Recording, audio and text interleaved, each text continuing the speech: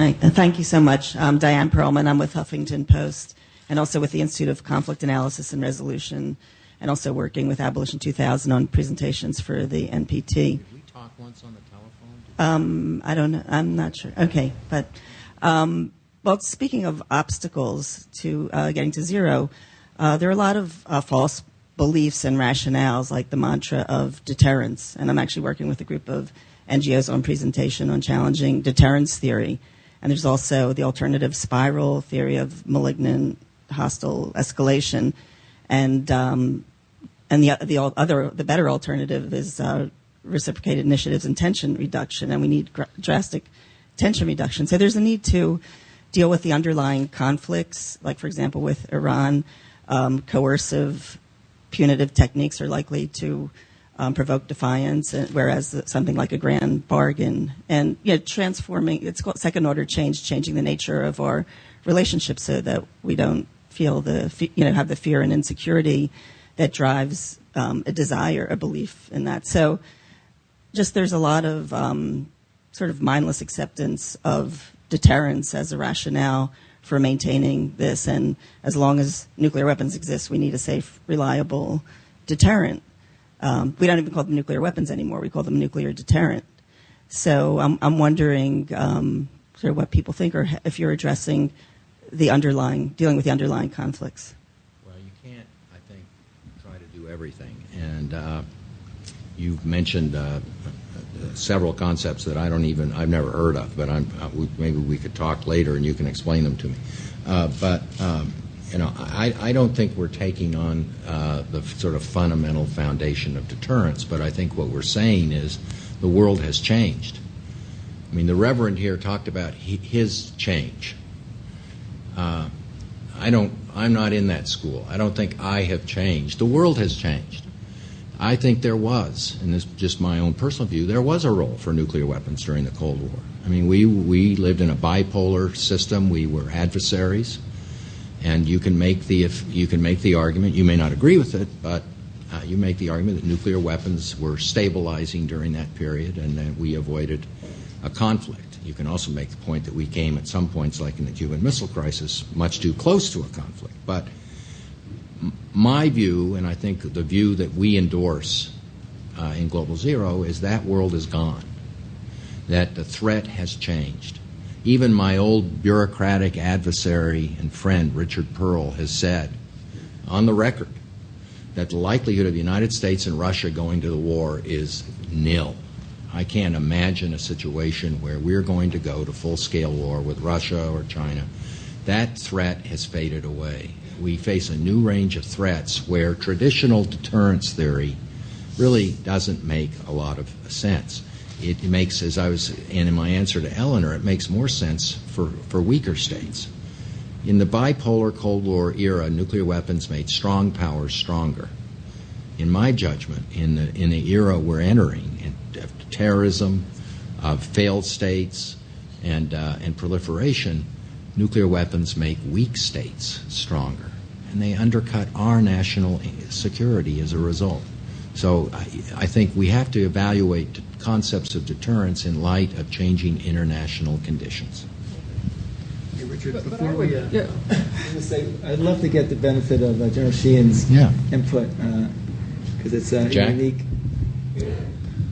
I think Ambassador Burt has it right that early in the 40s and 50s that there was a significant role for nuclear weapons from a deterrent standpoint. If you remember the most recent release of the Cuban Missile Crisis debate, the one thing that was the sword of Damocles hanging over President Kennedy was the use of weapons. So in one sense it was a negative, and in another sense it prevented them from making some extremely stupid mistakes. As we evolved through to the point of the collapse of the Soviet Union, the real issue became the control of nuclear material, not only from a standpoint of what happens within the country of the former Soviet Union, but what happens to the scientists, what happens to the material. And I think that's where Pandora's box opened. And this is why organizations like Global Zero have found traction, because people begin to realize that deterrence as a concept has changed. conventional weapons that reach the point of sophistication, they unto themselves have a deterrent capability. The issue I think that we're all going to face over the next 20 years is how do we manage this legacy of material, people, and systems. The issue, for example, in Great Britain today is what happens to the Trident program that Britain has. Very, very expensive. They have a huge budget deficit. Taking one Trident boat offline will not significantly change the balance of the equation. If France lost its strategic capability, what would change in Europe? So I think there are real political issues. I think there are budgetary issues. And I think there's a growing realization that weapons of mass destruction, whether released by a terrorist or released by a Western civilized state, is both immoral and very frankly has lost its utility. Can I just add something as well? That Global Zero has from the outset actually taken into account exactly what you were referring to before in terms of our recognition in terms of the political component of our work.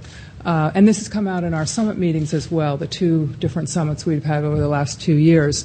The importance of recognizing and addressing regional, national or regional insecurities. And this film, this is an international movement. It's one thing I think it's important to state because the film is going to be released internationally as well. I hope I'm not speaking out of turn here. It will first be released. Well, actually, it will be first released internationally at the festival, I guess. But ideally, it is also going to be a resource for mobilizing people in countries around the world, especially in nuclear states. And the political component of our work is one which is recognizing that different states and regions have different sets of historical and current realities that are driving, in many cases, those nuclear weapons programs. But they also, we have a range of opportunities that are provided by economic and other factors, especially growing awareness, that we hope this film and our movement can play a role in mobilizing, that we can use perhaps to achieve our objectives. But absolutely what you mentioned earlier is a component part of what we've been talking about from the outset. David?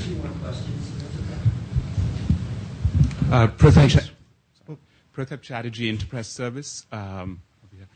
So my question actually is about, in the last couple of days, President Obama, and in fact the last year, has escalated the war of words with Iran, talked about the European missile shield. It seems to me films like yours, Lawrence, could actually play a role in convincing people, countries such as Iran, to de-escalate. I know that Lawrence recently went to both India and Pakistan, more success in Pakistan and not as much success in India. Are you going to try and take the film to Iran? And are you... You know, the Halabi family presumably has connections in Syria. Could you take it to the Middle East and take it around there to convince people, instead of be part of this escalation of words between the U.S. media and the U.S. government, is to actually be part of joining hands on the Global Zero campaign? Well, I'll address the film part. Someone else can address the escalation of words. I was just in India. I wasn't in Pakistan, actually. We tried to shoot in Pakistan, and it was very difficult to get. It's easier to get in as a journalist or as a tourist, but much harder. So we ended up filming President Musharraf in London. But I actually was just in India. Screened the movie in Mumbai. Screened the movie in Delhi. We had a phenomenal group of people there. Part of the Global Zero people that hosted the screening in Delhi was General, Air Force Marshal, Chief Air Force Marshal Tyagi. He used to oversee the entire Air Force of India, which primarily oversees the nuclear arsenal, and some other pretty extraordinary people that were in charge of the arsenal. In 1998, they thought that it was in India's national interest to have nuclear weapons, and a dozen years later, they felt that it's now in their national interest to get rid of them, not unilaterally, of course. And it was a terrific place to be. It was my first time in India. But I had, it was just, it's people, most people around the world have no idea, just like when we made the movie about global warming, most people didn't understand that the climate crisis was a serious issue. And then when people saw Al Gore's presentation, it becomes very obvious. And it was the same with this movie in India. And I have commitments from people there. You know, there's 500 million cell phones in India. There was 19 million cell phones sold last month.